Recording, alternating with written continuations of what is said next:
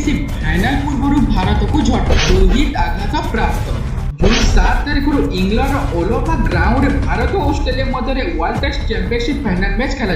तेरे यार ठीक दिन पूर्व भारत को शक्त झटका लगी। अधिनायक रोहित शर्मा अभ्यात सेक्शन अवसर में आघात प्राप्त होती एपरिक से फाइनाल ओहराइबा नहीं आशंका व्यक्त करा जाउछि। गत वर्ष मध्य रोहित शर्मा इंग्लैंड विपक्ष में 5 टेस्ट आघात समस्या जो ओहराई जाते स्थान में जसप्रीत बुमरा दलर नेतृत्व नहीं मंगलवार अभ्यास करुवा समय डाहाण हाथर अंगुली में बल बाजी एहापर से आउ अभ्यास करने को आसी नथिले। 2022 दक्षिण आफ्रिका विपक्ष में टेस्ट सीरीज भारत हारिबा परे विराट कोहली बदल में रोहित शर्मा समस्त फर्माटर नेतृत्व भार संभाली